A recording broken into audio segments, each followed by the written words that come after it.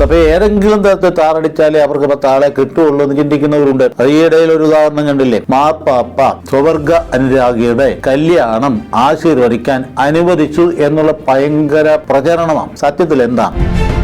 സഭയിൽ അങ്ങനെയല്ല, ദൈവവിളിയ. പുരോഹിത വർഗം എന്നാരെങ്കിലും പറഞ്ഞാൽ തെറ്റാ. അങ്ങനെ പുരോഹിത വർഗം കത്തോലിക്ക സഭയിലില്ല. ഒരച്ഛനോടുള്ള ഒരു എന്തെങ്കിലും അകൽച്ച കൊണ്ട്, അല്ലെങ്കിൽ ഒരു അച്ഛൻ എന്തെങ്കിലും പറഞ്ഞതിന് മുറിവേറ്റതുകൊണ്ട് ഇനി പള്ളിയിൽ പോകലെന്ന് തീരുമാനിക്കരുത്. നിങ്ങളുടെ ബന്ധം അച്ഛനോടല്ല, നിങ്ങളുടെ ബന്ധം കർത്താവിനോടാ. ഈ ബേത്ലഹേമിൽ പിറന്നു കിടക്കുന്ന ഈ ഉണ്ണീശോയിലേക്ക് നോക്കുമ്പോൾ അത് ചുമ്മാ ഒരു ഏതെങ്കിലും ഒരു ആചാരമായി, അല്ലെങ്കിൽ ഒരു കഥയുടെ ഭാഗമായി, ഐതിഹ്യമായിട്ട് അങ്ങനെയൊന്നും അല്ല കാണേണ്ടേ.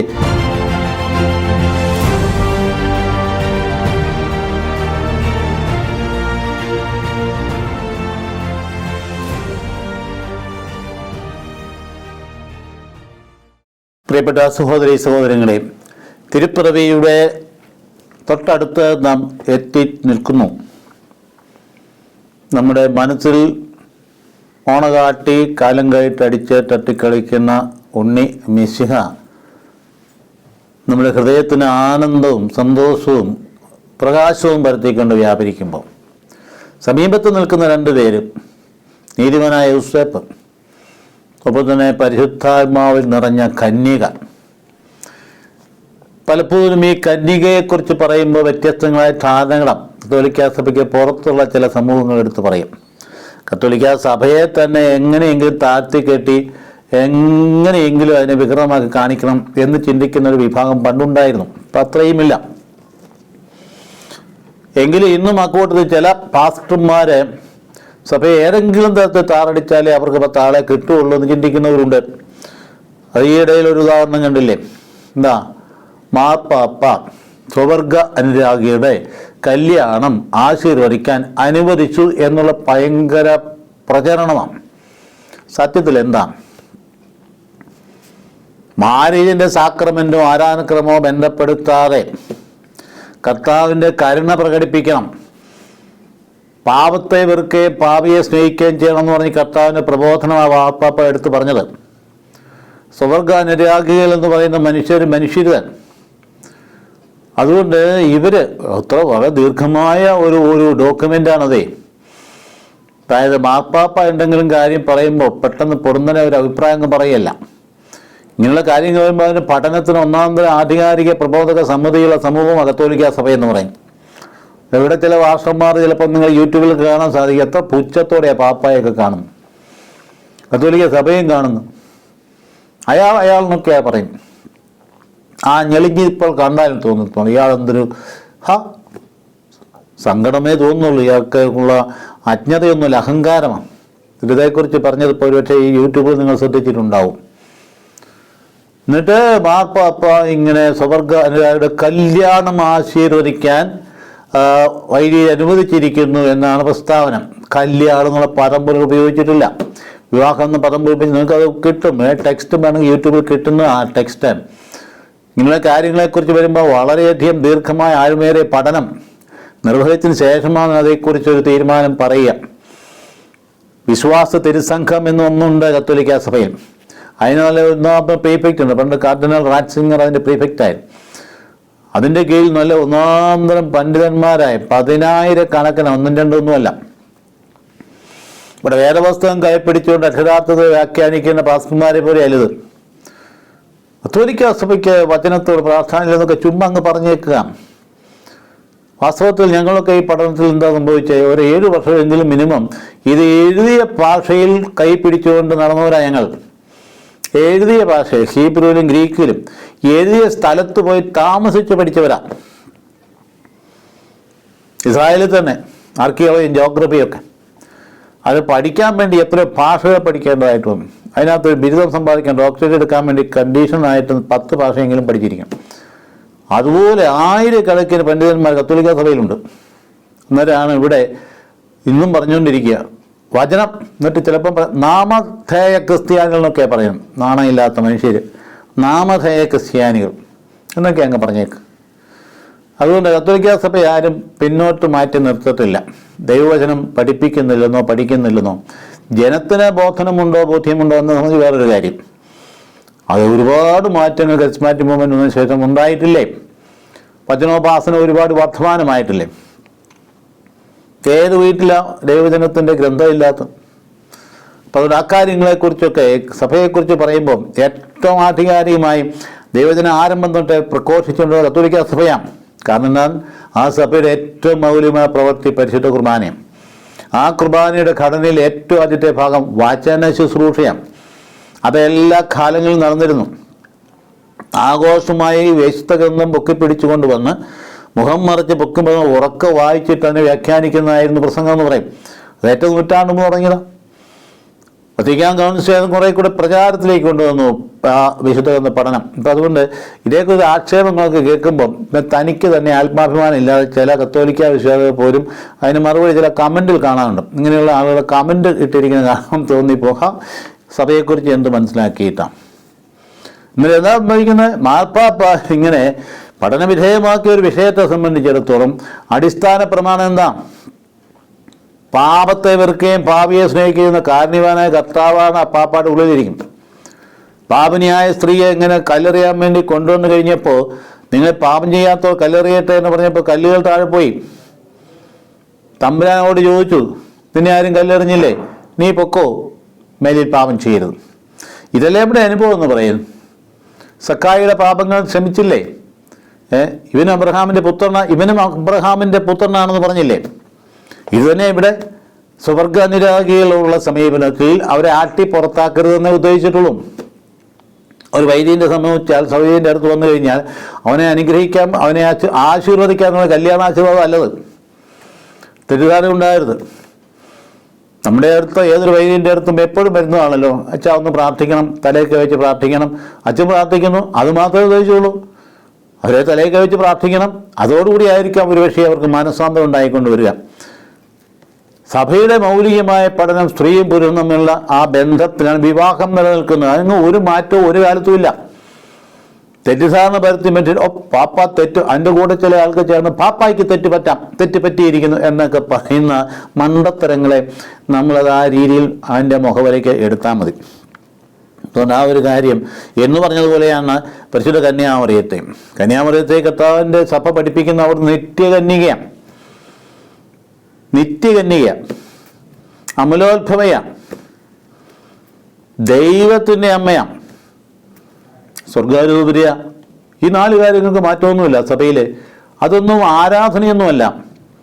അമ്മയെ ബഹുമാനിക്കുക. അമ്മ തന്നെ പറഞ്ഞു, എല്ലാ തലമുറകളും എന്നെ ഭാഗ്യവരിയെന്ന് പ്രകീർത്തിക്കും. അമ്മ പറഞ്ഞതാ. അതാ സഭ ചെയ്യുന്ന എല്ലാ തലമുറകളും എന്നെ ഭാഗ്യവരിയെന്ന് പ്രകീർത്തിക്കും എന്നാണ് പറഞ്ഞു. അപ്പം അതുകൊണ്ട് അമ്മയെ ആരും ആരാധിക്കുന്നില്ല. അവൻ പറയുന്നത് നിങ്ങൾ ചെയ്യുക എന്ന് പറഞ്ഞ പ്രബോധന പ്രകാരം അമ്മയുടെ സമീപത്ത് വരുമ്പോൾ ഈശോയിലേക്ക് തിരിയാനുള്ള വലിയ പ്രചോദനം ഉണ്ടാകുന്നു. അനുഗ്രഹം തരുന്നത് ഈശോയാണ്, അമ്മയല്ല. അമ്മ വഴിയാണ്. അമ്മയ്ക്ക് മധ്യസ്ഥ ശക്തിയുണ്ട്. ഈ ഭൂമിയിൽ മധ്യസ്ഥതയില്ലേ? ഉണ്ടായല്ലോ. ഈ ഓൾഡ് ടെസ്റ്റ്മെന്റ് ആണെങ്കിൽ അബ്രഹാമിന്റെ മധ്യസ്ഥം കണ്ടില്ലേ? ദൈവത്തിന് മധ്യസ്ഥം വഹിക്കുന്നു. ഇന്ന് ഇവർ തന്നെ മധ്യസ്ഥ പ്രാർത്ഥനയൊക്കെ ചൊല്ലുന്നുണ്ടല്ലോ. അങ്ങനെയാണെങ്കിൽ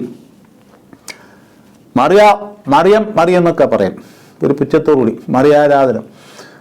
അതേസമയത്ത് ഈ ദൈവത്തിന് ജന്മം കൊടുത്തു എന്ന് പറയുന്ന സംശയമൊന്നുമില്ല, ഇവർക്ക് ആർക്കുമില്ല. ജന്മം കൊടുത്തു കഴിഞ്ഞാൽ മുട്ടത്തോടു പോലെ, കോഴിക്കുഞ്ഞ് വിരിഞ്ഞു കഴിഞ്ഞാൽ മുട്ടക്കോടുത്തോളം. ആ ധാരണയൊക്കെ ഇപ്പം പണ്ടേ പോയി. അവർക്ക് വ്യത്യസ്തമായ ധാരണക്ക് വരാൻ തുടങ്ങിയിട്ടും പാപ്പായെക്കുറിച്ചുള്ള ധാരണയൊക്കെ പണ്ടേ പോയി. ഞങ്ങൾക്കും വേണം ഒരു പാപ്പ എന്ന് ഈ ലക്ഷക്കണക്കിന് സെക്റ്റുകൾ പറയാൻ തുടങ്ങിയിട്ടുണ്ട്. ഇങ്ങനെ സെക്റ്റുകളായിട്ട് പിരിയാൻ കാരണം ഈ പറയുന്ന മഹാന്മാരുടെ ഈ ലോകത്തിൽ എത്രയുണ്ട്, എണ്ണിയാത്തിലെത്ര ആകാശ നക്ഷത്രങ്ങൾ പോലെയാണ് ഇതിൻ്റെ സെക്റ്റുകളുടെ എണ്ണം. അവരെ കൂട്ടിയിണക്കുന്ന ആരാ? ഇവിടെ അധികാര പ്രബോധനമുള്ളത് ഇവർക്ക്. ഓരോ സെക്റ്റും ഓരോ രീതി പഠിപ്പിക്കുകയല്ലേ. അതുകൊണ്ട് അവരിൽ തന്നെ ഉയർന്നു വന്നിരിക്കുന്ന ദൈവശാസ്ത്രജ്ഞന്മാർ ഞങ്ങൾക്കും, അതായത് പ്രോട്ടസ്റ്റന്റ് സഭകൾക്കും അല്ലെങ്കിൽ സെക്റ്റുകൾക്കും ഒരു മാർപ്പാപ്പ ആവശ്യമായിരിക്കുന്നു എന്ന് എഴുതാൻ തുടങ്ങിയിട്ടുണ്ട്. അപ്പം അതുകൊണ്ട് ആ കാര്യം വിടുക. ഇവിടെ നമ്മൾ അമ്മയിലേക്ക് തിരിയുക. നോക്കിക്കുക, ആപ്പിൾക്കൂട്ടിലേക്ക് അമ്മ നിൽക്കുന്നത് കണ്ടില്ലേ? അവിടെ നാം ഒരു കാര്യം പൂർത്തീകരിക്കപ്പെട്ടിരിക്കുന്നു. പ്രവചനം. ഏത് പ്രവചന? നാത്താൻ പ്രവാചകൻ ദാവീദിനോട് പറഞ്ഞതാണ്. ഇത്ര മനോഹരമായ പ്രവചനം. അവിടെ തന്നെ വളരെ കൃത്യമായിട്ട് പറഞ്ഞു. 7-ാം അധ്യായത്തിൻ്റെ ആഹാസ് രാജാവിൻ്റെ ആ ഭരണകാലഘട്ടത്തിൽ ഇങ്ങനെ യേശയ്യാ പ്രവാചകൻ കടന്നു എന്ന് പറഞ്ഞു. എപ്പോഴാണ് കടന്നില്ല? കാരണം സാഹചര്യം എന്താ? രാഷ്ട്രീയ പശ്ചാത്തലം എന്താ? അതായത് സിറിയയും വടക്കൻ ഇസ്രായേലും കൂടി അസീറിയ ആക്രമിക്കാൻ വന്നപ്പം യൂദയോട് ഒരു ഞങ്ങളുടെ കൂടെ കൂടാൻ. അപ്പോൾ നമുക്കൊന്ന് ചോദിക്കാം, യൂദ കൂടിയില്ല. അപ്പോൾ അവരെന്ത് ചെയ്തു? സിറിയയും വടക്കൻ ഇസ്രായേലും കൂടി യൂദയെ ആക്രമിക്കാൻ തീരുമാനിക്കും. ഉണ്ടോ പശ്ചാത്തലം? അതായത് ഇസ്രായേലും വടക്കൻ ഇസ്രായേൽ രാജ്യം രണ്ടായിട്ട് വിഭജിക്കപ്പെട്ടിരുന്നല്ലോ ജെറോബോഅമിന്റെ കാലഘട്ടത്തിലാണ്. അപ്പോൾ അതുകൊണ്ട് രാജ്യം രണ്ടായി വിഭജിക്കപ്പെട്ടു. ആദ്യം പിന്നെ ജെറോബോഅം ഒന്നാമനാണ് ഇസ്രായേലിൻ്റെ രാജാവായി, വടക്കൻ ഇസ്രായേലിൻ്റെ രാജാവായി. അപ്പോൾ യൂദായും വടക്കൻ ഇസ്രായേലായിട്ട് വിഭജിക്കപ്പെട്ടു. പിന്നെ അത് ശത്രുതയാണ്. അത് കഴിഞ്ഞപ്പോൾ സിറിയ അതിനപ്പുറം കിടക്കുന്ന സ്ഥലം. ഇപ്പോൾ നമുക്കറിയാം സിറിയ ഇവിടെ കിടക്കുന്നത്, ഡമാസ്കസിൻ്റെ തലസ്ഥാനം. ഇവർ രണ്ടു കൂടെ കൂടി അസീറിയയെ നേരിടാനുള്ള കരുത്തില്ല. കാരണം ഇത് ചെറിയ രാജ്യങ്ങൾ. അസീറിയ വമ്പൻ രാഷ്ട്രമാണ് എന്ന് പറഞ്ഞ പേർഷ്യ, ഇന്നത്തെ ഇറാനൊക്കെ ഉൾപ്പെടുന്ന കാര്യമായി. ഇറാഖ് ഉൾപ്പെടുന്നതാണ് അസീറിയ എന്ന് പറയും. ഇന്നും തന്നെയല്ലേ, ഇന്ന് ആക്രമിക്കാൻ തുടങ്ങുന്നത് കണ്ടില്ലേ, ഇറാൻ ശ്രമിക്കുന്ന കണ്ടില്ലേ. പഴയ അസീറിയനായിട്ടുള്ള ഒരു ഒരു ഒരു ഒരു ഒരു ചിന്ത അവരുടെ ഉള്ളിൽ കിടപ്പുണ്ടാവും. ആക്രമിക്കാൻ ഒരുങ്ങിയപ്പോൾ യൂദ രാജാവ് ഭയങ്കരമായിട്ട് വിഷമിച്ചു. ആഹാസ് രാജാവിൻ്റെ ഹൃദയം കൊടുങ്കാറ്റിൽ 4 ഇല പോലെ വിറച്ചു എന്ന് പറയും. പേടിച്ചുപോയി. അതെന്തായാലും പെട്ടെന്ന് ഒരു പോംവഴി കണ്ടെത്തിയാണ് ഈജിപ്തുമായിട്ട് ഒരു ഉടമ്പടി ചെയ്യാം, അല്ല അസീറിയയുമായിട്ട് ഒരു ഉടമ്പടി ചെയ്തുകളെ എന്ന് വിചാരിച്ചു. അപ്പോൾ അങ്ങനെയാണ് ഉടമ്പടി ചെയ്യാനായിട്ട് ഒരുങ്ങിപ്പോയപ്പോഴാണ് യെശയ്യാ പ്രവാചകൻ ചെയ്യരുത്, പാടില്ല, നീ വിശ്വസിക്കുന്നില്ലെങ്കിൽ നിലനിൽക്കുകയില്ല. If you do not believe you will be confirmed. ആ കാര്യം ഓർത്തുകൊള്ളുവിൻ. അപ്പം നിനക്ക് വേണമെങ്കിൽ ഒരു അടയാളം ചോദിക്കാം, കർത്താവിനോട് ഒരു അടയാളം ചോദിക്കാം, കർത്താവ് ഇടപെടും എന്നുള്ളതിനെ സംബന്ധിച്ച്. സാധാരണ ഈ അടയാളം ചോദിക്കുന്ന ഈശോയ്ക്ക് ഇഷ്ടമുള്ള കാര്യമൊന്നുമല്ല. ഈ ദുഷിച്ച തലമുറയ്ക്ക് യോനയുടെ അടയാളമല്ല മറ്റൊരു അടയാളം നൽകപ്പെടില്ല പറഞ്ഞ് പുതിയ നിയമത്തിൽ പറഞ്ഞു. ഇവിടെ പ്രവാചകൻ അങ്ങോട്ട് ഒരു അടയാളം ചോദിക്കാം. അപ്പം അയാൾ എന്ത് ചെയ്തു? അദ്ദേഹം ഒന്നാമത് ഡിപ്ലോമാറ്റിക്കായിട്ട് പറഞ്ഞു, ഇല്ലില്ല, ഞാൻ അടയാളം ചോദിക്കില്ല, കർത്താവിനെ പരീക്ഷിക്കില്ല. അപ്പോഴാണ് പ്രവാചകൻ പറയുന്നത്, എന്നാൽ ഞാൻ നിനക്കൊരു അടയാളം തരുന്നു, കന്യക ഗർഭം ധരിച്ച് ഒരു പുത്രനെ പ്രസവിക്കും, അവൻ എമ്മാനുവേൽ എന്ന് വിളിക്കപ്പെടും. അവനിലൂടെയാണ് അവൻ തേനും ഭക്ഷിക്കാന്ന് പറഞ്ഞാൽ അന്നത്തെ കാലത്ത് ദേവന്മാരുടെ ഭക്ഷണമാണ്, അവനിലൂടെ നീ രക്ഷ പ്രാപിക്കാൻ പോകുമെന്ന് പറഞ്ഞപ്പം ആ പ്രവചനമാണ് ഇവിടെ പൂർത്തിയാക്കപ്പെട്ടിരിക്കുന്നത് പുൽക്കൂട്ടിൽ. അതാണ് ഈ കന്യക. അപ്പം ആ കന്യക ഗർഭം ധരിച്ച് പ്രസവിക്കുക എന്ന് പറഞ്ഞപ്പോൾ അവിടെ ഒരു സാഹചര്യം ഉണ്ട് കേട്ടോ. ആ കന്യക ആരാണ്? ചില പറയുന്നത് അദ്ദേഹത്തിൻ്റെ പുത്രനാണ്, ആഹാസിന് പുത്രൻ ഹെസക്കിയ രാജാവെങ്കിൽ ഇതിനകത്ത് പറഞ്ഞിട്ടുണ്ട് അവൻ്റെ രാജ്യത്തിന് അവകാശം അതിൻ്റെ രാജ്യത്തിന് അവസാനം ഉണ്ടാവുകയില്ല, ദാവീദിന് സിംഹാസനം ഞാൻ കൊടുക്കുമെന്നൊക്കെ പറഞ്ഞിട്ടുണ്ട്. അങ്ങനെ രാജാവ് ഉണ്ടായിട്ടില്ലല്ലോ. അപ്പം അതുകൊണ്ട് ഹെസക്കിയ രാജാവൊന്നുമല്ല. അത് വരാനിരിക്കുന്ന രാജാവിനെ കുറിച്ച് മുൻകൂട്ടി പറഞ്ഞ കാര്യം തന്നെയാണ്. പല പ്രവചനങ്ങൾ കൂട്ടിച്ചാൽ മനസ്സിലാക്കാൻ സാധിക്കും. അപ്പം അതുകൊണ്ട് ഈ പറയുന്ന രാജാവ് എന്ന് പറയുന്ന ആള് ഹെസക്കിയ രാജാവല്ല. പിന്നെ വേറെ ആരാ അഭിപ്രായം പറയുന്നത്? ചില പറയുന്നത് ആ പ്രവാചകന്റെ പുത്രനാണെന്ന് പറയും. എന്താ ഈ യെശയ്യാ പ്രവാചകൻ 2 പുത്രന്മാരുണ്ടായിരുന്നു. ഒരാളുടെ പേരാണ് മഹർഷലാൽ ഹഷ്ബഷ് എന്ന് പറയും, മഹർഷലാൽ ഹഷ്ബഷ്. രണ്ടാമത്തേത് ഷയാർ യാഷൂബ്. ഒരു റെമനന്റിന്റെ തിരിച്ചുവരനെ കുറിച്ച് പറയണം. അതാണ് അവരിലൊരാളാന്ന് പറയും. അതിനൊന്നും ഒരു പ്രത്യേകമായിട്ട് ഒരു പ്രസക്തി പറയാൻ പറ്റില്ല. അങ്ങനെയൊന്നുമല്ല. ഇത് മുൻകൂട്ടി ഈ ഒരുപക്ഷെ പ്രവാചകൻ അറിയാതെ തന്നെ ഒരാളിങ്ങനെ കാലഘട്ടത്തിൽ പിറക്കാനിരിക്കുന്ന കുട്ടിയെക്കുറിച്ച് മുൻകൂട്ടി അങ്ങ് പറയുക ചെയ്തേ കന്യക. അതുകൊണ്ട് ആ കന്യക എന്ന് പറയുന്നത് നിത്യകന്യക തന്നെയാണ്. അവിടെ എന്താ സംഭവിക്കുക നമുക്കറിയാം. ആ അമ്മയുടെ ജീവിതത്തിലെ 2-3 ഘട്ടങ്ങളൊന്ന് ഓർത്ത് നോക്കിക്കും. ഒന്നാമത്തെ ഘട്ടം ഒരു അസ്വസ്ഥതയുടെ ഘട്ടമാണ്. ഗബ്രിയേൽ മാലാഖ എന്ന് പറഞ്ഞു, കൃപ നിറഞ്ഞവളെ സ്വസ്തി, കർത്താവിനോട് കൂടെ നീ സ്ത്രീകൾ അനുഗ്രഹിക്കപ്പെട്ടവളാകുന്നു, നിന്നെ പുറപ്പെടുന്ന ദൈവത്തിൻ്റെ പുത്രനാന്ന് പറയുമ്പോഴത്തേക്കും ആ അസ്വസ്ഥയായി. എന്നാ അസ്വസ്ഥതയ്ക്ക് കാരണം? ഈ പെൺകുട്ടി തൻ്റെ ജീവിതം നിത്യ കന്യകത്വത്തിന് വിട്ടുകൊടുത്തിരുന്നു. യൗസേപ്പുമായിട്ട് വിവാഹം നിശ്ചയം ചെയ്ത് നോക്കാൻ ശരി തന്നെയാണ്. പക്ഷേ പിതാക്കന്മാർ ഗ്രിഗറി നസിയാൻസനും അതുപോലെ തന്നെ വിശുദ്ധ യൗസേപ്പും ഉണ്ണിയാന്മാർ പറഞ്ഞ ഈ യൗസേപ്പ് പിതാവുമായിട്ട് അപ്പോൾ തന്നെ നേരത്തെ ധാരണയുണ്ടായിരുന്നു. നിത്യകന്യകയായിട്ട് ഞാൻ നിലനിൽക്കാൻ ആഗ്രഹിക്കുന്നു പറഞ്ഞപ്പോൾ അത് അംഗീകരിച്ചുകൊണ്ട് അതുകൊണ്ട് ആ കന്യാപുരക്കാരുടെ കാവൽക്കാര എന്ന യൗസേപ്പ് പിതാവ് വിളിക്കാൻ കാരണം അപ്പം അതുകൊണ്ട് നേരത്തെ തന്നെ പറഞ്ഞു വെച്ചിരുന്നതാണ്. ഇപ്പം നിത്യകന്യക അങ്ങനെ ആളിനെ ചില ആളുകൾ ഇപ്പോൾ ഈ പ്രോട്ടസ്റ്റന്റുകാർ അന്ന് ഇപ്പം പറയുന്നുണ്ടെന്ന് അറിയാൻ പാടില്ല. കർത്താവ് ജനിച്ചു കഴിഞ്ഞ് വീണ്ടും ആളുകളെ പ്രസവിച്ചു എന്ന് പറയും. അതുകൊണ്ട് സഹോദരന്മാരെന്ന് പറഞ്ഞാൽ അവരാണെന്നൊക്കെ പറയുന്ന തെറ്റായ ചിന്ത കേൾക്കുന്ന നമ്മൾ അടിപ്പെട്ടു പോയി. അമ്മ നിത്യകന്യകയായിരുന്നു. അത് സഭയുടെ ആധികാരികമായ പ്രബോധനം, അതിന് അടിസ്ഥാനമുണ്ട്, അതിൻ്റെ പ്രവചനങ്ങളുടെ അടിസ്ഥാനമുണ്ട്, അമ്മയുടെ സ്വഭാവത്തിൽ അടിസ്ഥാനമുണ്ട്, പ്രകൃതി അടിസ്ഥാനമുണ്ട്. ഇവിടെ അമ്മയുടെ അസ്വസ്ഥത അതുകൊണ്ടാണ് പറഞ്ഞത് നിന്നിൽ നിന്ന് പുറപ്പെടുന്ന ദൈവത്തിൻ്റെ പുത്രനായിരിക്കും എമ്മാനുവൽ വിളിക്കപ്പെടുന്നു പറഞ്ഞപ്പോൾ അയ്യോ ഞാൻ പുരുഷനെ അറിയുന്നില്ലോ എന്ന് പറഞ്ഞാൽ ഞാൻ ഒരു പുരുഷനുമായിട്ടുള്ള ബന്ധപ്പെട്ടിട്ടില്ല. ഉള്ളിൽ കിടപ്പുണ്ട്, പ്രതിജ്ഞ എടുത്തിരിക്കുന്നു. അതാണ് ഏറ്റവും പ്രധാനപ്പെട്ട കാര്യം. അപ്പോൾ അസ്വസ്ഥയായി ഞാനെടുത്ത പ്രതിജ്ഞ അത് തകർക്കേണ്ടി വരുമോ എന്നുള്ള വിഷമത്തിൽ കൊണ്ട് ആ നിഷ്കളങ്കയായ കന്യക വിഷമിച്ചു. രണ്ടാം ഘട്ടം വന്നപ്പോൾ പറയാം, അസ്വസ്ഥതയുടെ ഘട്ടത്തിൽ അദ്ദേഹം പറയുന്നു ഇല്ല, പരിശുദ്ധാത്മാവ് വരും, അത്യുന്നതന്റെ ശക്തി നിന്റെ മേൽ നിഴലിക്കും. അതാണ് ഏറ്റവും പ്രധാനപ്പെട്ട കാര്യം. അത് ഈ കന്യകയുടെ സ്വഭാവത്തെ നാം മനസ്സിലാക്കണം. ദൈവാത്മാവിൻ്റെ നിറവാകും.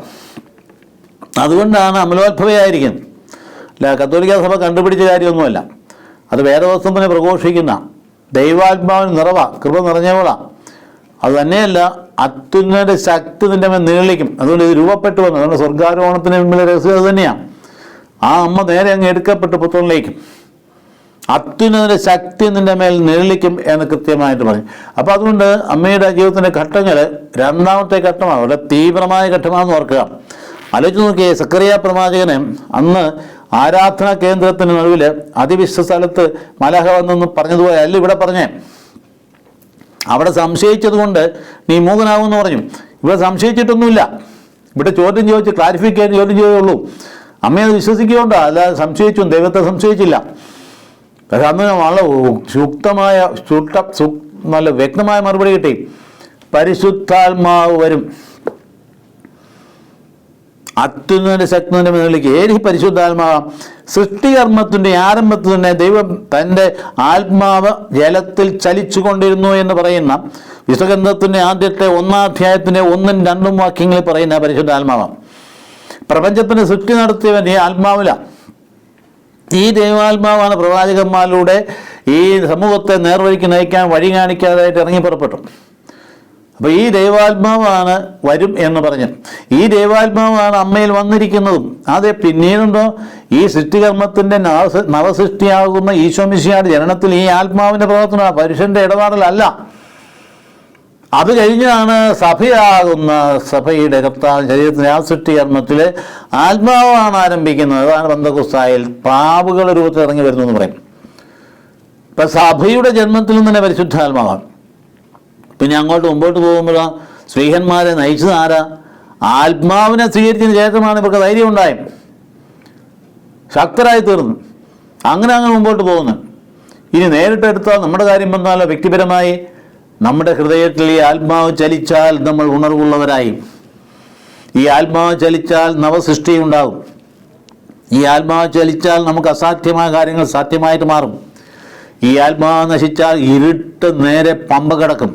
നമ്മുടെ ഉള്ളിൽ നിന്ന് വിഷാദം മാറും, ഉള്ളിൽ നിന്ന് നിരാശ മാറും, ഉത്കണ്ഠകൾ മാറും, നമ്മുടെ ജീവിതത്തിൻ്റെ അനിശ്ചിതാവസ്ഥ മാറും. നല്ല നിശ്ചയബോധ്യത്തോടു കൂടി ഈശോയെ പ്രഘോഷിക്കും. ഇത് ആത്മാവിൻ്റെ പ്രവർത്തനം പറയുന്നതാണ്. അതുകൊണ്ട് അമ്മയുടെ ജീവിതത്തിലേക്ക് നോക്കുക. രണ്ടാം ഘട്ടം എന്ന് പറയുന്നത് പരിശുദ്ധാത്മാവിനെ കുറിച്ചുള്ള ബോധനം നൽകിയതാണ്. ആത്മാവിനെ സ്വീകരിച്ചു, ആത്മാവിനെ ഉൾക്കൊണ്ടു. അപ്പം മനുഷ്യൻ്റെ ഇടപെടൽ കൂടാതെ ദൈവത്തിന് അസാധ്യമായിട്ട് വല്ലതും ഉണ്ടോ? മനുഷ്യൻ്റെ ഇടപെടൽ അതല്ലേ ഇപ്പോൾ നമ്മൾ കാണുന്ന ഏറ്റവും പ്രധാനപ്പെട്ട കാര്യം. എല്ലാ കാര്യങ്ങളും അങ്ങനെയല്ലേ നമുക്ക് കാണുന്നത്. ദൈവത്തിൻ്റെ ഇടപെടലിനെ സംബന്ധിച്ചിടത്തോളം എന്തെങ്കിലും അസാധ്യമായിട്ടുണ്ടോ? മൂന്നാം ഘട്ടത്തിൽ വരുമ്പോൾ ഇതാ കർത്താവിൻ്റെ ദാസി. ഈ 3 ഘട്ടങ്ങൾ ഓർത്തിരിക്കുന്ന നല്ലതാണ് കേട്ടോ. നമ്മുടെയും ജീവിതത്തിൽ ഇങ്ങനെയൊക്കെ സംഭവിക്കും. ദൈവവിളികളിൽ ഇങ്ങനെ സംഭവിക്കാം. ഉദാഹരണം പറഞ്ഞാൽ ഒരാളിനെ ഒരു കന്യക, ഒരു പെൺകുട്ടി അതിന് നിത്യ കന്യകയായിട്ട് ജീവിക്കാൻ ഉള്ളിൽ ഉൾപ്രേരണയുണ്ടായി. ഇന്നത്തെ ചുറ്റുപാട് വഷളത്വങ്ങൾക്ക് കണ്ടുകൊണ്ട് എന്തോ ഒരു വഷളത്വമായിപ്പം നടക്കും. ഈ പൊർണോ ഫിലിമുകളും മൊബൈൽ ഫോണുകളും തകർക്കുന്ന ജീവിതങ്ങൾ എത്ര അധികമാണ്. എന്താ ഈ പെൺകുട്ടിയിൽ അപ്പനെ അമ്മ പിടിച്ചിട്ട് ഇറങ്ങിപ്പോകും? ഒറ്റ കാരണമേ ഉള്ളൂ, ആ പാർട്ട്ണറുടെ ലൈംഗിക അതിക്രമങ്ങൾക്ക് സ്വയം വിട്ടുകൊടുത്തുകൊണ്ട് പിന്നെ അവനെ കൂടെ ജീവിക്കാൻ മേലാത്ത അവസ്ഥയുണ്ടായി. ഇതെല്ലാം അതിൻ്റെ രഹസ്യം എന്ന് പറയും. സത്യമതല്ലേ? എന്നിട്ട് ഇറങ്ങി പുറപ്പെട്ട അവസാനം ചെന്ന് ആത്മഹത്യ ചെയ്യും. നമ്മുടെ പെൺകുട്ടികൾ മനസ്സിലാക്കണം, ഇത് ദൈവാത്മാവിൽ പ്രേരിതമായിട്ട് വേണം ജീവിതം മുമ്പോട്ട് കൊണ്ടുപോകാൻ. മറ്റോ മനുഷ്യൻ്റെ ആത്മാവാണ്. അവിടെ ചെന്ന് മനുഷ്യൻ്റെ വളർച്ച പ്രാപിക്കുന്ന മുമ്പ് തന്നെ ഈ ലൈംഗിക വൈകൃതത്തിന് വഴിപ്പെട്ട് കഴിഞ്ഞ് ആത്മഹത്യയാണ് അതിൻ്റെ ഫലം. നശിച്ചു പോകുന്നു, എത്ര എണ്ണം നശിച്ചു പോകുന്നു, എത്ര എണ്ണം ഇറങ്ങിപ്പോകുന്നു. ഇത്രയധികം പരിശീലനം കൊടുത്തിട്ടും പഠിപ്പിച്ചിട്ടും ഒക്കെ എൻ്റെ ഇങ്ങനെ പോകാൻ കാരണം മാതാപിതാക്കളെ, ദൈവമാതാവിൻ്റെ കന്യാത്വത്തിലുള്ള ധാരണയെ അതൊക്കെ നഷ്ടപ്പെട്ടു പോയ അപകടമാണ്. അവിടെ നിന്നാണ് ഈ സന്യാസ ജീവിതം, സന്യാസിനികളുടെ ജീവിതം ഉണ്ടായത്. അതാണ് ബ്രഹ്മചാരികളെ വൈദികരുടെയും സന്യാസികളുടെ ജീവിതത്തിൻ്റെ ശൈലി. അതാണ്. അത് അന്നും പുതിയ കാര്യമൊന്നും ആയിരുന്നില്ല. ഇവർക്ക് മുമ്പ് നൂറ്റാണ്ടുകൾക്ക് മുമ്പ് തന്നെ അന്ന് യഹൂദ സമൂഹത്തിൽ തന്നെ എസ്സീൻ കമ്മ്യൂണിറ്റി എന്ന് പറഞ്ഞ കമ്മ്യൂണിറ്റിയാണ്. അവരുടെ സന്യാസിനികളെ ബ്രഹ്മചാരികളുണ്ടായിരുന്നു. അപ്പോൾ അതുകൊണ്ട് ഇവിടെ വന്നു ഭവിച്ചിരിക്കുന്ന പ്രധാനപ്പെട്ട ഇന്നത്തെ അപകടം എന്ന് പറയുന്നത് പാൻസെക്ച്വലിസത്തിൻ്റെ സ്വാധീനത്തിൽ പറ്റുന്നുണ്ട്. നമ്മുടെ കുഞ്ഞുങ്ങൾ അന്ധമായിട്ട് പോവുകയാണ്. വൈകാരികമായ അന്ധതയിൽ ചെന്ന് ചേർന്നു. ആത്മാവുള്ളിൽ കെട്ടുപോയി കഴിഞ്ഞാൽ അത് വലിയ ഭയങ്കര അപകട നിലയിലേക്ക് വരിക.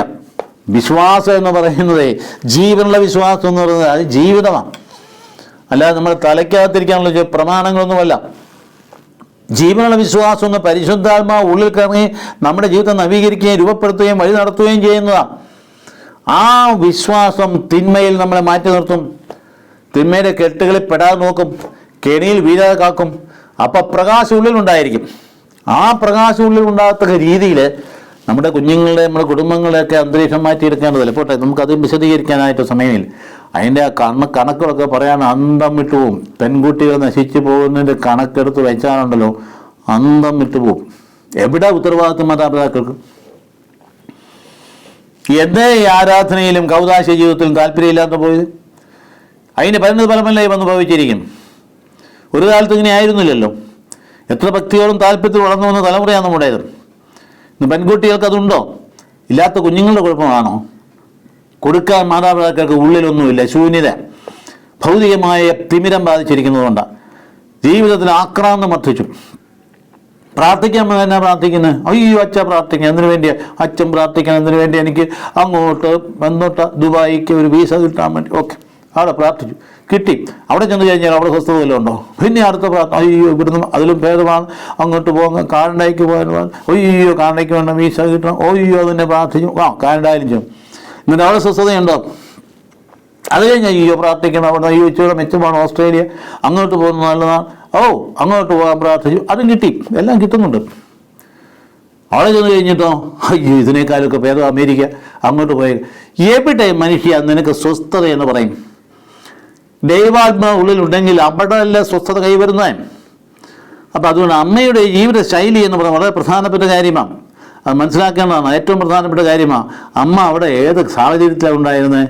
തിരസ്കരിക്കപ്പെട്ട്, തള്ളപ്പെട്ട്, ആരും പരിഗണിക്കാതെ കഷ്ടപ്പെട്ട് ഈ 10-60 കിലോമീറ്റർ ഇങ്ങനെ ഗർഭസ്ഥാവസ്ഥയിൽ സഞ്ചരിച്ച് യാത്ര ചെയ്ത് വിഷമിച്ച് വന്ന് കയറിയിട്ട് കിടക്കാൻ സ്ഥലമില്ലാഞ്ഞ് ഒരു കന്നുകാലിൻ്റെ ഗുഹയ്ക്കകത്ത് കിടക്കേണ്ടി വന്നില്ലേ ഈ അമ്മയ്ക്ക്? ആരാ ഈ അമ്മ? ഈ പ്രപഞ്ചനാഥൻ്റെ അമ്മയാണ്. ഈ പ്രപഞ്ചത്തെ കയ്യിലെടുക്കുന്നതിൻ്റെ അമ്മയാണ്. ഈ അമ്മ എൻ്റെ കഷ്ടപ്പെട്ടു. അത് കഴിഞ്ഞ് നിങ്ങളെ പോക്ക് കണ്ടില്ല, എൻ്റെ വരെ പോകേണ്ടതായിട്ട് വന്നു. പിന്നെ പലായനം ചെയ്യുന്നില്ല. പുറപ്പാട് സംഭവം മുഴുവൻ ആവർത്തിച്ചില്ല ഈ ജീവിതത്തിലൂടെ. ഇസ്രായേലിൻ്റെ പുറപ്പാടിന് സംഭവം അതേപടി ഇസ്രായേലിനെ എൻ്റെ പുത്രൻ ദൈവം വിളിച്ചുവെങ്കിൽ തൻ്റെ തനിപുത്രൻ തന്നെ ഇറങ്ങി വന്നപ്പം അതേ സംഗതിനെ ആവർത്തിക്കേണ്ടത് പോകേണ്ടി വന്നു ഈജിപ്തിലേക്ക്. യാക്കോബ് സന്തതികളും പോയാലും തന്നെ പോകേണ്ടി വന്നില്ലേ? അവിടെയൊക്കെ ഈ അമ്മയല്ലേ പോയത്. അങ്ങോട്ട് പോയപ്പം കൊച്ചു ചെറുതാ, ഭാരമില്ല. പക്ഷെ ഇങ്ങോട്ടൊന്നും കൊച്ചു 6-7 വയസ്സായി. എന്തൊരു കഷ്ടപ്പാട്, എടുത്തുകൊണ്ട് നടക്കാൻ പറ്റുമോ? നോക്കട്ടെ, അതിലേക്കൊന്നും ഞാൻ കിടക്കുന്നില്ല. എന്തായാലും ശരി, ഈ അമ്മ നമ്മുടെ ജീവിതത്തിലെ ഈ തിരുപ്പിറവി ദിനത്തിൽ മനസ്സിൽ തെളിഞ്ഞു നിൽക്കുന്നത് നല്ലതാണ്, വളരെ അത്യാവശ്യമായ കാര്യം. അതുകൊണ്ട് മൂന്നാമത്തെ ഘട്ടത്തിൽ വരുമ്പോൾ അമ്മയുടെ ജീവിതത്തിൽ അതാണ് നമുക്ക് പ്രധാനപ്പെട്ട. ഈരാ കർത്താവിൻ്റെ ദാസി, നിന്റെ ഇഷ്ടം പോലെ ഭവിക്കട്ടെ. നിന്റെ ഇഷ്ടമാണ്, എൻ്റെ ഇഷ്ടമല്ല.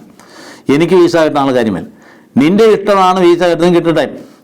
നിന്റെ ഇഷ്ടം പോലെ എന്നിൽ ഭവിക്കട്ടെ എന്ന് പറയുന്നിടത്താണ് അമ്മയുടെ ജീവിതത്തിൽ മൂന്നാം ഘട്ടം. അയ്യോ അതായിരുന്നു എൻ്റെ വിജയം. മനുഷ്യൻ, ദൈവം തൻ്റെ മകളോട് സ്വാതന്ത്ര്യം ചോദിച്ചത്, അനുവാദം ചോദിച്ചത്, മോളെ ഞാൻ നിന്നിൽ പിറക്കാൻ നീ അനുവദിക്കുമോ? അപ്പോൾ ഇതാ കർത്താവിൻ്റെ ദാസി തുറന്നു കൊടുത്തു ജീവിതത്തെ. നമ്മോട് ഇത് തന്നെ ചോദിക്കുന്നത്.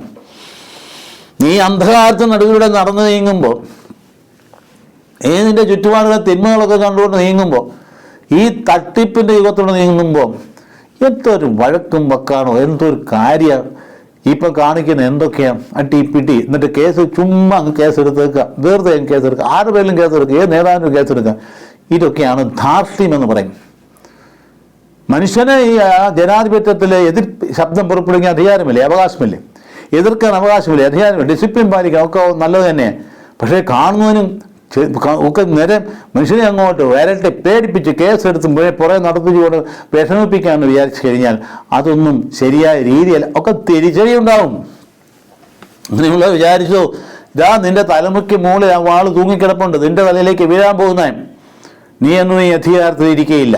അപ്പം അതുകൊണ്ട് വളരെ എന്തോ ഈ തട്ടിപ്പുകൾക്ക് നടുവിൽ, ഈ രാഷ്ട്രീയ തട്ടിപ്പ്, സാമൂഹ്യ തട്ടിപ്പ്, അതിനൊക്കെ എന്തോ ഒരു കൊലപാതകങ്ങൾ നടന്നുകൊണ്ടിരിക്കുന്നത്, എന്തോ ഒരു ഭയങ്കര മനുഷ്യൻ്റെ അധപ്പതനത്തിൻ്റെ ഭയപ്പെട്ട പോലെ മാതാപിതാക്കളൊക്കെ വെട്ടിക്കൊന്നിച്ച് പിന്നെ പോയി കെട്ടിത്തിങ്ങി ചാവുക, 40 ദിവസം പോലും പ്രായത്തെ കൊച്ചിനെ ചവിട്ടി കൊല്ലുക കൊണ്ട് ആൾക്കാർ കിടക്കുമെന്ന് നമുക്ക് വാസ്തവത്തിൽ നമ്മൾ അന്ധമായി പേടിച്ചു പോവുകയാണ്. ഇപ്പം ഇങ്ങനെയുള്ള അന്ധകാരത്തിൻ്റെ നടുവിൽ നിന്റെ ഹിതം നിറവേറ്റത്ത് എന്ന് പറഞ്ഞുകൊണ്ട് പ്രകാശത്തിന് വിറ്റുകൊടുക്കാൻ തയ്യാറാകുന്നുവോ എന്നാണ് ചോദ്യം.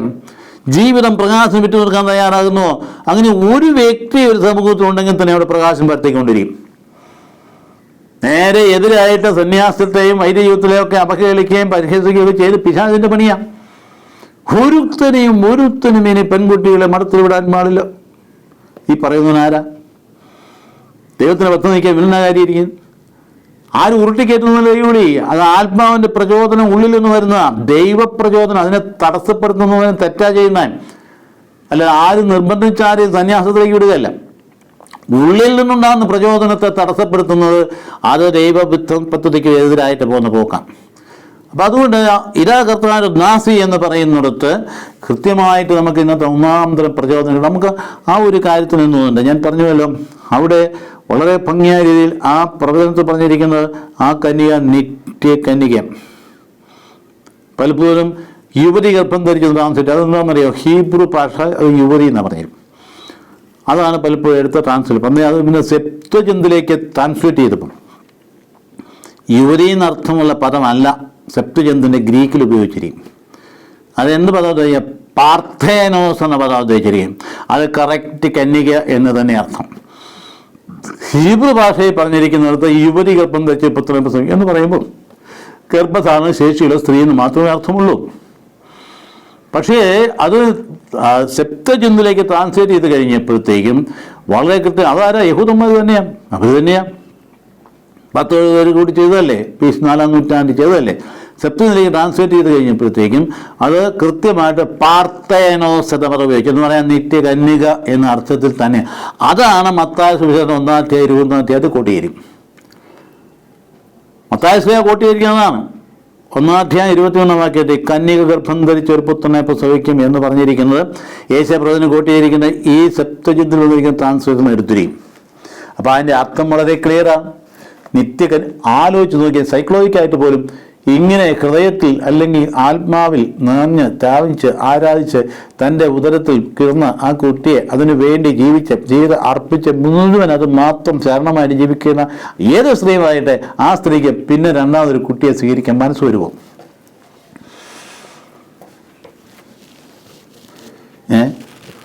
കുട്ടി പിറക്കുന്ന വരെയും അവനവളെ അറിഞ്ഞില്ലെന്നിടത്ത് വലിച്ചു നീട്ടി അങ്ങോട്ടങ്ങ് പറഞ്ഞേക്കല്ലേ. അത് കഴിഞ്ഞ് അറിഞ്ഞെന്ന് ഒന്നും അർത്ഥമില്ലാത്ത കാര്യങ്ങളാണ്. കൃത്യമായിട്ട് അതിൻ്റെ അന്തസത്തിലേക്ക് നോക്കിയാൽ നിത്യകന്യകയായ അമ്മയെ നമുക്ക് കാണാൻ കഴിയും. അപ്പം അതുകൊണ്ട് ആ ഒരു ചിന്ത നമ്മുടെ മനസ്സിലുണ്ടായിട്ട് അതുകൊണ്ട് എന്തിനാണ് വന്നിരിക്കുന്നത് ഈ കർത്താവ്? സമഗ്ര വിമോചകനായിട്ട് വന്നിരിക്കുക, സന്തോഷത്തിൻ്റെ വാർത്തയുമായിട്ട്. അത്യുനും ദൈവത്തിന് സൂയി ഭൂമിയിൽ മനുഷ്യർക്ക് സമാധാനം. തന്നെയുമല്ല ഇതെന്തൊരു പ്രവചനങ്ങൾ, എത്രമാത്രം പ്രവചനങ്ങൾ കർത്താവിനെ കുറിച്ചുള്ളത്. അന്നത്തെ രാജാക്കന്മാരെ അവരെ രാജാഭിഷേകം നടത്തുമ്പോൾ സങ്കീർത്തനം ചൊല്ലുമായിരുന്നു. കർത്താവിനോട് അരുളിച്ചെയ്തു, നീ എൻ്റെ പുത്രനാണ്, ഇന്ന് ഞാൻ നിനക്ക് ജന്മം നൽകി. അതായത് രാജാഭിഷേകം കർത്താവ് ൻ്റെ പ്രതിനിധിയായിട്ടാണ് രാജാവിനെ വാഴിക്കും. ഇന്ന് സംഗീതത്തിന് പ്രധാനപ്പെട്ട കാര്യം അത് തന്നെയാണ്. അന്ന് ആ പുരോഹിതൻ പറയുന്ന വാക്കുകൾ അത്, അതായത് നീ കർത്താവിനോട് സംഗീതം 2-ാം 7-ാം വാക്യം, നീ എൻ്റെ പുത്രനാണ്, ഇന്ന് ഞാൻ നിനക്ക് ജന്മം. ഇപ്പോൾ രാജാവ് വരാനിരിക്കുന്ന രക്ഷകന്റെ പ്രതീകമായിട്ട് അവിടെ എടുത്തു കർത്താവിൻ്റെ കർത്താവ് അരുളിച്ചേരും. ഞാൻ നിന്റെ ശത്രുക്കൾ നിന്റെ പാതപടമാക്കോളം നീ എൻ്റെ വലത്തുഭാഗത്തിരിക്കുക. സങ്കീർത്തനം 111 ഇത് ഈശോ എടുത്ത് പരിസയർക്കെതിരെ പ്രയോഗിച്ചതാണ്. അതായത് ദാവീദിന്റെ പുത്രനാണ് എന്ന് നിങ്ങൾ പറയുന്നുണ്ടല്ലോ മിശിഹ. അതെങ്ങനെയാകുന്നത്? ദാവീദിന്റെ പുത്രനാണെങ്കിൽ ദാവീദ് തന്നെ ഈ തൻ്റെ പുത്രനെ കർത്താവ് എന്നല്ലേ വിളിച്ചിരിക്കും എന്ന് പറഞ്ഞുകൊണ്ട് അവരെ കൺഫ്യൂസ്ഡ് ആക്കി കർത്താവ്. അപ്പം ആ ഭാഗമായിട്ട് എൻ്റെ കർത്താവിനോട് അരുളിച്ചേരും. കർത്താവ് അരുളിച്ചേരും, ഞാൻ നിന്റെ ശത്രുക്കളെ പാതപീഠമാക്കുവാൻ നീ എൻ്റെ വലത്തുവശത്തിരിക്കുക. സങ്കീർത്തനം 45:6 പറയുന്നത്, നിന്റെ ദിവ്യ സിംഹാസനം എന്നേക്കും നിലനിൽക്കുന്നു, നിന്റെ ചെങ്കോൽ നീതിയുടെ ചെങ്കോലാണ്. ഞാൻ പറഞ്ഞതുകൊണ്ട് ഹെസക്കിയാ രാജാവിനെ കുറിച്ചാണെങ്കിൽ അന്നൊന്നും നിലനിന്നില്ല. കാര്യം നമുക്ക് ഇസ്രായേലുണ്ടായ 2 നല്ല രാജാക്കന്മാരിൽ 2 പേരാണ് നല്ല രാജാക്കന്മാരാണ്. ഒന്ന് ഹെസക്കിയായാണ്, രണ്ടാമത് യോസിയായാണ്.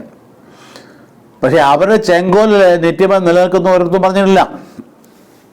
അതുകൊണ്ട് ആഹാസിൻ്റെ മകനാണ് ഈ പറയുന്ന കന്യകർപ്പം വെച്ച് പുത്രനെ പ്രസവിക്കുന്നത് പറയുന്നതിൽ അർത്ഥമില്ല.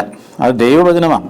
അപ്പോൾ അതുകൊണ്ട് നിന്റെ സിംഹാസനം തലമുറകളുടെ എന്നേക്കും നിലനിൽക്കും. സങ്കീർത്തനം 89:4, സങ്കീർത്തനം 45:6 തന്നെ പറയുന്നു. അപ്പോൾ ദാവീദിന് വേണ്ടി ഞാനൊരു കൊമ്പ് മുളപ്പിക്കും. സങ്കീർത്തനം 132, എൻ്റെ അഭിഷിക്തന് വേണ്ടി ഒരു ദീപം ഞാൻ ഒരുക്കിയിട്ടുണ്ട്. സങ്കീർത്തനം 132:17. ഈശോയുടെ വരവിനെക്കുറിച്ച് മുൻകൂട്ടി പറഞ്ഞ കാര്യങ്ങളാണ്. എത്രയില്ല പ്രവാചകന്മാരെ. ഈ പുൽത്തൊട്ടി കിടക്കുന്ന കൊച്ചിനെ കുറിച്ച് ഞാൻ നേരത്തെ സൂചിപ്പിച്ചതുപോലെ ജനിക്കുന്ന മുമ്പ് തന്നെ അതിൻ്റെ ജീവചരിത്രം എഴുതപ്പെട്ടിരുന്നു.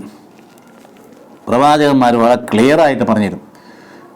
യെരമ്യാ പ്രവാചകന്റെ പുസ്തകം 23:5-6 പറയുന്നു, കർത്താവ് അരുളിച്ചെയ്തു, ഇതാ ഞാൻ ദാവീദിന്റെ വംശത്തിൽ നിന്ന് നീതിയുടെ ശാഖ മുളപ്പിക്കുന്ന ദിവസം വരുന്നു.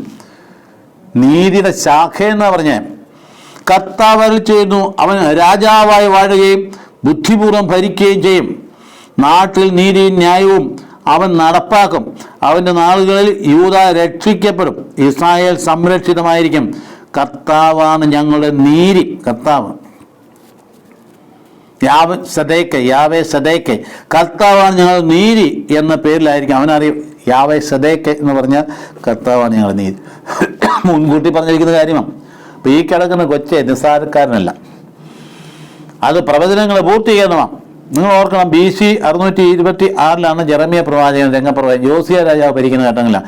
ഞാൻ പറഞ്ഞ 2 നല്ല രാജാക്കന്മാർ, ഒന്ന് ഹെസക്കിയയും ഇത് ജോസിയായും. ജോസിയ ഒരുപാട് നവീകരണം നടത്തിയ ആളാണ്. അദ്ദേഹം നടത്തിയ ഘട്ടങ്ങളിലാണ് ജെറമ്യാ പ്രവാചകൻ കടന്നു വരുന്നത്. വളരെ എല്ലാം ഭംഗിയായിട്ട് പോകുന്ന ഘട്ടങ്ങളിലാണ് അദ്ദേഹം പറയുന്നു, അവിശ്വസ്തത കാട്ടിയാൽ അപകടമുണ്ടാവും, ശിക്ഷയുണ്ടാവും. 626 തൊട്ട് അത് പറഞ്ഞു കൊടുത്തു. നിങ്ങളുടെ ജീവിതത്തിൽ മാറ്റം വരുത്തണം, ശരിയായ രീതിയിലേക്ക് തിരിയണം, മാനസാന്തരം ഉണ്ടായില്ലെങ്കിൽ അപകടമാണ്, വരാൻ പോകുന്ന അപകടം എന്ന് പറഞ്ഞിട്ട് അദ്ദേഹത്തെ ആരും കേട്ടില്ല. അദ്ദേഹത്തെ പൊട്ടക്കണക്ക് തട്ടിയിട്ട് അങ്ങനെ ഓടിച്ചു. പക്ഷേ പറഞ്ഞതുപോലെ തന്നെ BC 587 തകർത്ത്, രാജാവിനും തകർത്ത്, രാജകൊട്ടാരത്തിനും തകർത്ത്, ദേവാലയത്തിനും തകർത്തുകൊണ്ട് ബാബിലോണിയൻ രാജാവ് പിടിച്ചു കെട്ടിക്കൊണ്ട് പോയി. അതാണ് അന്നേരം ഓർത്തോളം ഞങ്ങളുടെ നീതി കർത്താവാണ്. രാജാവിൻ്റെ പേര് യാവേ സദേക്കെ എന്നായിരിക്കും. അതാണ് പുതിയ രാജാവ് എന്ന് പറഞ്ഞാൽ വരാനിരിക്കുന്ന രാജാവാണ്. ബേത്ലഹേമിൽ പിറക്കുന്ന രാജാവിനെ കുറിച്ച് ഇങ്ങനെ തകർച്ച വന്നപ്പോൾ ഉണ്ടാകുന്ന ഒരു വലിയ ആശ്വാസം പകരുകയാണ്. അതുകൊണ്ട് BC 538 ഈ പ്രവാചകന്റെ പ്രസംഗമൊക്കെ അവസാനിച്ചു. ആ സമയത്ത് പ്രവാസമൊക്കെ അവസാനിച്ചിട്ട് ജയം തിരിച്ചു വരാനായിട്ട് തുടങ്ങി. അതാ BC 538 നീതിയും സമാധാനവും പരിശുദ്ധാത്മാവുള്ള സന്തോഷവുമാണ് ദൈവരാജ്യം എന്ന് കർത്താവ് പിന്നീട് പറയാൻ ഇടയായത്. അങ്ങനെ തന്നെയാണ്. അങ്ങനെയാണ് നമ്മൾ പുതിയ ഉടമ്പടിയുടെ മക്കളായിട്ട് തീർന്നത്.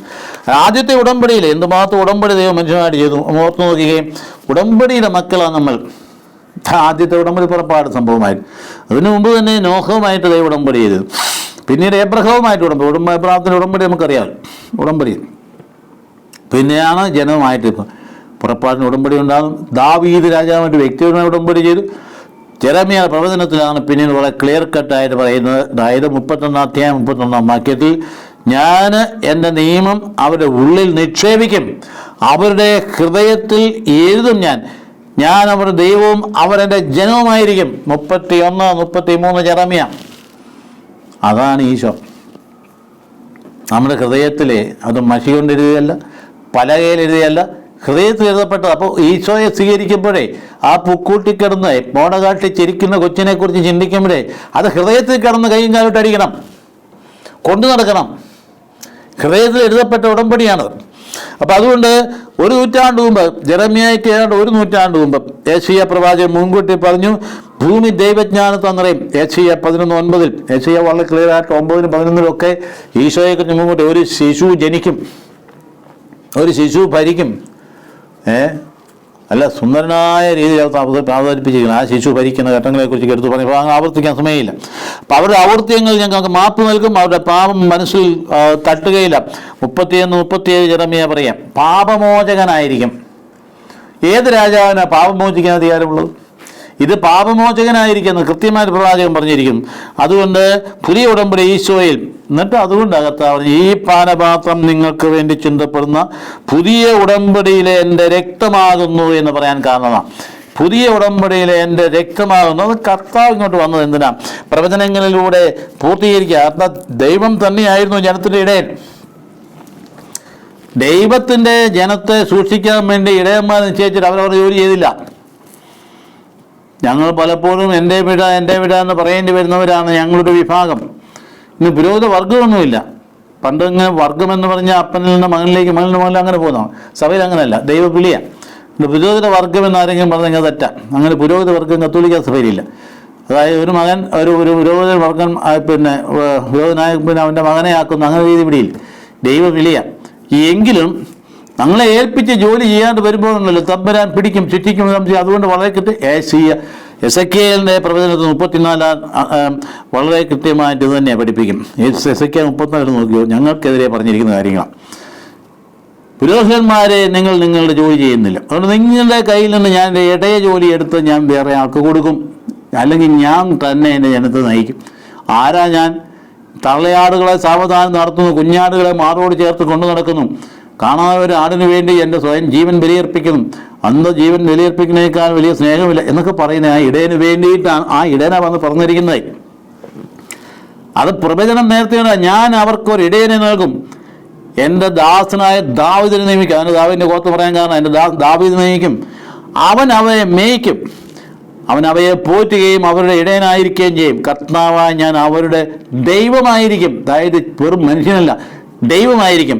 എൻ്റെ ദാസനായ ദാവീദ് അവരുടെ രാജാവാകും. കർത്താവാണ് ഇത് പറഞ്ഞിരിക്കുന്നത്. എസെക്കിയേൽ 23:24 അതെന്നാ BC 598 നടക്കുന്ന സംഭവം നടക്കുന്നത്. അപ്പോൾ ഈ നാട് കടത്തപ്പെട്ടവരുടെ കൂടെ ഉണ്ടായിരുന്ന ഒരു പ്രവാചകനാണ് എസെക്കിയേൽ. അദ്ദേഹം ഒരു പുരോഹിതൻ കൂടിയാണ്. ഇപ്പം നിരാശപ്പെട്ട് എല്ലാം നഷ്ടപ്പെട്ട് സങ്കടപ്പെട്ട ജനത പ്രത്യാശ കൊടുക്കുന്ന പ്രവാചകൻ. കരുണയും ദൈവത്തിൻ്റെ സ്നേഹവും ദൈവത്തിൻ്റെ പരിപാലനയെ കുറിച്ച് ഉറപ്പായിട്ടും പറയും. ഈ പീഡനങ്ങളും ഈ കഷ്ടപ്പാടും ഒക്കെ ദൈവം നിശ്ചയിച്ചതാണ് വിശുദ്ധീകരിക്കാൻ എന്ന് പറഞ്ഞ് പഠിപ്പിക്കാതെ.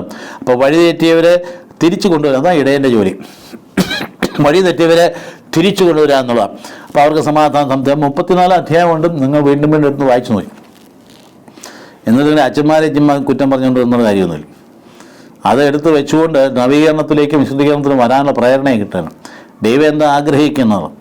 അച്ഛന്മാർക്ക് അവരുടേതായ പ്രയാസം ദുഃഖങ്ങളൊക്കെ കാണും. അത് മനസ്സിലാക്കുന്ന ദൈവമാണെങ്കിൽ വളരെ എളുപ്പമാണ്. അത് ദൈവത്തിന് കൃപയില്ലാതെ ഒരച്ഛന് ശരിക്കും വർക്ക് ചെയ്യാൻ പറ്റത്തില്ല, പരിശുദ്ധാത്മാവിനെ പ്രവർത്തി കൂടാതെ. അതുകൊണ്ട് 34 അധ്യായം എസെക്കിയേൽ നോക്കി കാണാൻ പറ്റും. അപ്പോൾ അവിടെ ഇസ്രായേലിനെ വഴി തെറ്റിക്കുന്നതായിട്ട് പറയും. പുരോഹിതന്മാരുടെ പ്രവർത്തികൾ, ദുഷ്കൃത്യങ്ങൾ തൻ്റെ ജനത്തെ വഴിതെറ്റിക്കും. എന്നുള്ളവരുണ്ടാവും. ഞങ്ങൾ എൻ്റെ വീടാൻ തന്നെ പറയേണ്ടി വരും.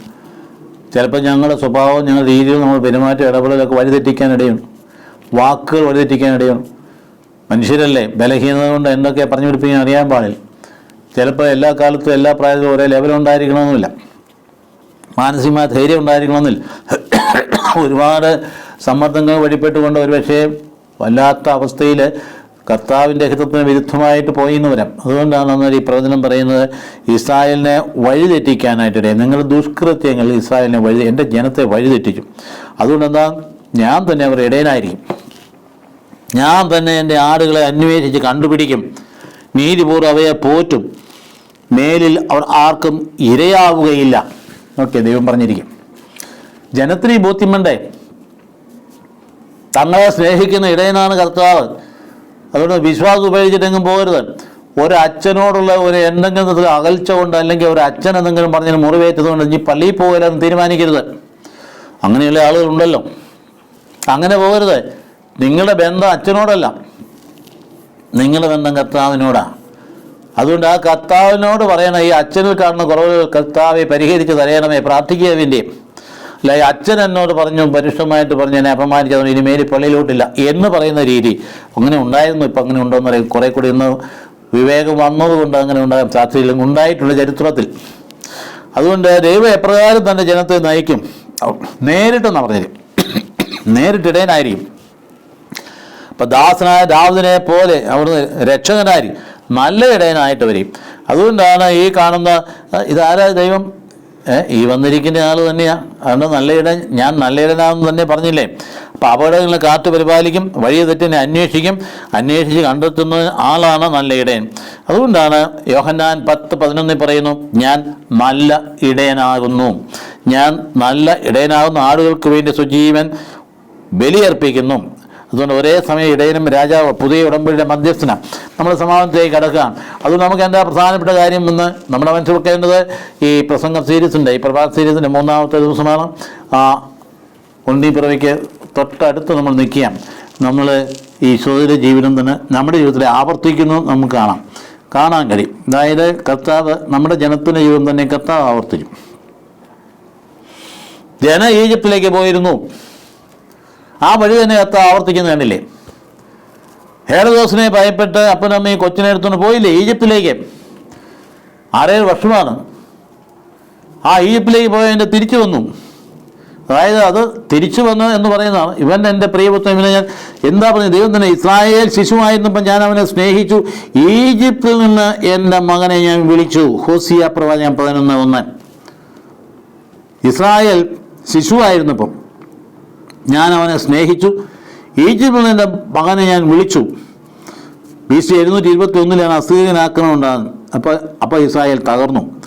അപ്പോൾ തകർന്നതായിട്ട് കാണപ്പെട്ടപ്പോൾ ആ സമയത്തേക്ക് തകർച്ചയിൽ പ്രത്യാശ നൽകാൻ വേണ്ടി അയക്കപ്പെട്ട പ്രവാചകൻ ഹോസിയ പ്രവാചകൻ.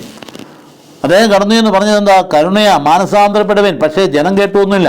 എങ്കിലും അദ്ദേഹം പറഞ്ഞ കാര്യങ്ങളൊന്നും നിലനിൽക്കുകയാണ്. അപ്പോൾ ദൈവത്തിൻ്റെ തിരഞ്ഞെടുക്കപ്പെട്ട ജനമാണ് നിങ്ങൾ, തകർന്നു പോകാൻ പാടില്ല. അതുകൊണ്ട് സാർവത്രിക രക്ഷയുടെ വലിയ സുവിശേഷം അറിയിക്കുന്നൊക്കെ അബ്രഹാം വിളിക്കപ്പെട്ടപ്പോൾ തന്നെ പറഞ്ഞത്, നിന്നിലൂടെ എല്ലാ ജനതകളും അനുഗ്രഹിക്കപ്പെടുമെന്ന്. അതുകൊണ്ട് നിന്നിൽ വന്നു ഭവിച്ചിരിക്കുന്നതായി വിശ്വാസം എന്ന് പറയുന്നത് നിനക്ക് വേണ്ടി മാത്രമുള്ളതല്ല, എല്ലാവർക്കും വേണ്ടിയുള്ള. അതുകൊണ്ട് നീ അടിമകളായ ഇസ്രായേൽ മക്കളെ ഇനി പോകാനായിട്ട് ഇടയാവരുത്. അതുകൊണ്ട് ആ മക്കളെ വിളിച്ചത് ദൈവം തന്നെയാണ്. അതുകൊണ്ടാണ് എൻ്റെ പുത്രനാണ്. പുറപ്പാടിൻ്റെ പുസ്തകം 4:21 പറഞ്ഞിരിക്കുന്നത്, ഇസ്രായേൽ എൻ്റെ പുത്രനാണ്. ആ പുത്രൻ്റെ ഫലം റോമാക്കാർക്ക് ലേഖനത്തിൻ്റെ 8-ാം അധ്യായം എടുത്ത് വായിച്ചു നോക്കിക്കുക, അത് മുഴുവൻ വളരെ പുത്രത്വം നിറഞ്ഞിരിക്കുന്നത് കാണാൻ പറ്റും. നമ്മളെ ദൈവപുത്രന്മാരാക്കാൻ വേണ്ടിയിട്ടായി കർത്താവ് വന്നിരിക്കുന്നത് എന്നതാണ് അവിടെ മനസ്സിലാക്കുന്നത്. അപ്പോൾ ഈശോ അങ്ങനെ ഹെറോദോസിൻ്റെ ആ പേടിയുണ്ട്, ഈജിപ്തിലേക്ക് പോകേണ്ടതായിട്ട് വന്നു. ആ ജനം പോയതുകൊണ്ട് തന്നെയാണ്. അന്ന് ആരായിരുന്നു? അന്ന് ജനത്തിൻ്റെ നേതാവ് മോശയായിരുന്നു. ഇവിടെ നേതാവ് ഈശോ തന്നെയാണ്. കാര്യം അപ്പനും അമ്മയാണ് കൂടെ ഉള്ളതെങ്കിലും നേതാവ് ഈശോ തന്നെയാണ്. അപ്പോൾ അതുകൊണ്ട് ആ ശിശുപഥം കൊണ്ട് പലായനം ചെയ്ത് പിന്നെ ആ തിരിച്ചുവരവ് ഒക്കെ ഉള്ള ആ ജീവിതത്തിൽ ജനത്തിൻ്റെ ജീവിതം തന്നെ റിപ്പീറ്റ് ചെയ്യുന്ന നമുക്ക് കാണാൻ കഴിയുന്നു. അപ്പോൾ ഇസ്രായേൽ ജനത്തെ ഒരു വ്യക്തിയായിട്ടാണ് കർത്താവിൻ്റെ പ്രവാചകനിലൂടെ കാണാൻ കഴിയുന്നത്. ആ വ്യക്തിയാണ് തിരിച്ചു വിളിക്കുന്നത്, തന്നെയാണ് ഇത് നമ്മുടെ ജീവിതത്തിൻ്റെ ആവർത്തനമാണ് പറയുന്നത്. അപ്പം അവിടെ എന്നാ സംഭവിക്കുന്നത്? അവിടെ ഈ പുറപ്പാടിലൂടെ അവിടുത്തെ ഫറവോടെ അടിമത്തിൽ നിന്ന് മോചിച്ചെങ്കിൽ ഇന്ന് പാപത്തിൻ്റെയും മരണത്തിൻ്റെയും അടിമത്തിൽ നിന്ന് ദൈവമക്കളെ സ്വാതന്ത്ര്യത്തിലേക്ക് ദൈവം നമ്മെ വിളിക്കാം. ദൈവരാജ്യം അന്ന് കാനാൻ ദേശം കൊണ്ടുപോയെങ്കിൽ ദൈവരാജ്യത്തിലേക്ക് കൊണ്ടുപോയി. അപ്പോൾ നമുക്കിന്ന് വളരെ നമ്മുടെ ഹൃദയത്തിൽ ആഴ്ന്ന് ധ്യാനാത്മകമായി ഈ ബേത്ലഹേമിൽ പിറന്ന് കിടക്കുന്ന ഈ ഉണ്ണീശോയിലേക്ക് നോക്കുമ്പോൾ അത് ചുമ്മാ ഒരു എന്താ നമുക്ക് ഒരു അനുഷ്ഠാനമായി അല്ലെങ്കിൽ ഏതെങ്കിലും ഒരു ആചാരമായി അല്ലെങ്കിൽ ഒരു കഥയുടെ ഭാഗമായി ഐതിഹ്യമായിട്ട് അങ്ങനെയൊന്നും അല്ല കാണേണ്ടേ. ഈ പിറക്കുന്ന ഇവിടെ കിടക്കുന്ന ഈ കുഞ്ഞ് അതിന് വർത്തമാനമോ ഭൂതമോ ഭാവിയോ ഒന്നുമില്ല. അത് അന്ന് ഏറ്റതുപോലെ തന്നെ ഇന്നും നിലനിൽക്കുന്നു എനിക്ക് വേണ്ടി. അപ്പം ഞാൻ ഈ അനുഷ്ഠാനങ്ങൾ പങ്കെടുക്കുമ്പോൾ, ദേവാലയ ശുശ്രൂഷയിൽ പങ്കെടുക്കുമ്പോൾ, ഈ തിരുപ്പറവിൽ പങ്കെടുക്കുമ്പോൾ എൻ്റെ കർത്താവിൻ്റെ ഹൃദയമാകുന്ന പുൽക്കോട്ടിൽ വന്ന് പിറക്കണം. അവിടെ എൻ്റെ കർത്താവ് പുഞ്ചിരിച്ചുകൊണ്ട് വ്യാപരിക്കണം. അപ്പോൾ എനിക്ക് ധൈര്യവും ശക്തിയും ഉണ്ടാകും. എനിക്ക് ജീവിതത്തിൻ്റെ പ്രത്യാശയും പ്രതീക്ഷയും വരും. എൻ്റെ നിരാശയൊക്കെ പമ്പ കിടക്കും. എൻ്റെ മനസ്സിൻ്റെ വിഷമമൊക്കെ പോകും. എൻ്റെ വിഷാദം മാറും. ജീവിച്ചിരിക്കുന്ന അർത്ഥമില്ല എന്നുള്ള തോന്നലൊക്കെ പോകും. ജീവിക്കുന്നുവെങ്കിൽ അത് ഈശോയ്ക്ക് വേണ്ടി. ഇതാണ് എനിക്ക് ജീവിതം ക്രിസ്തുവാണ്, എനിക്ക് മരണം നേട്ടം അപ്പോസ്തലൻ പറഞ്ഞു. അതുകൊണ്ടാണ്. അപ്പോൾ അങ്ങനെ വരുമ്പോൾ എൻ്റെ ജീവിതത്തിന് പുതിയൊരു മാനങ്ങൾ. അതുകൊണ്ട് ഈ ഉണ്ണിപ്രഭയിലൂടെ, ഈ തിരുപ്രഭയിലൂടെ എന്നെ കേൾക്കുന്ന എൻ്റെ സഹോദരങ്ങളെ, നമ്മുടെ ജീവിതത്തിന് പുതിയ മാനം വരട്ടെ. അത് നമ്മുടേതല്ല, കർത്താവിൻ്റെ കൃപയുടേതാണ്. ആ കൃപയിലൂടെ ഒരു പുതുജീവനം കടന്നു വരട്ടെ. പരസ്പരം നമുക്ക് ആശംസിക്കാം, അങ്ങോട്ടും ഇങ്ങോട്ടും ആശംസിക്കാം. എല്ലാവർക്കും അനുതാപം ആവശ്യമാണ്, എല്ലാവർക്കും മാനസാന്തരം ആവശ്യമാണ്. കുമ്പസാരി ചുരുങ്ങിയൊക്കെയാണല്ലോ ഇരിക്കുന്ന കാലഘട്ടം. അത് വെറും കുമ്പസാരം ചടങ്ങായി പോയാൽ പോരാ, ഹൃദയത്തിൻ്റെ പരിവർത്തനം ആവശ്യം. അതിനനുസരിച്ച് നമ്മൾ ഉണ്ണീശോയിലേക്ക് വളർന്ന് നമ്മുടെ ജീവിതത്തെ ദൈവത്തിൻ്റെതാക്കി മാറ്റുവാൻ ഇടയാകട്ടെ എന്ന് ആശംസിക്കുന്നു. തിരുപ്പിറവിയുടെ മംഗളങ്ങൾ എല്ലാവർക്കും പ്രത്യേകമായി നേരുന്നു. കർത്താവിശ്വം കൃപയും പിതാവ് ദൈവത്തിൻ്റെ സ്നേഹവും പരിശുദ്ധാത്മാവിന്റെ സഹവാസം ഉണ്ടായിരിക്കട്ടെ, ഇപ്പോഴും എപ്പോഴും എന്നേക്കും. ആമേൻ. തിരുപ്പിറയെ തുടർന്ന് പുതുവത്സരത്തിലേക്കും നമുക്ക് കടക്കാം.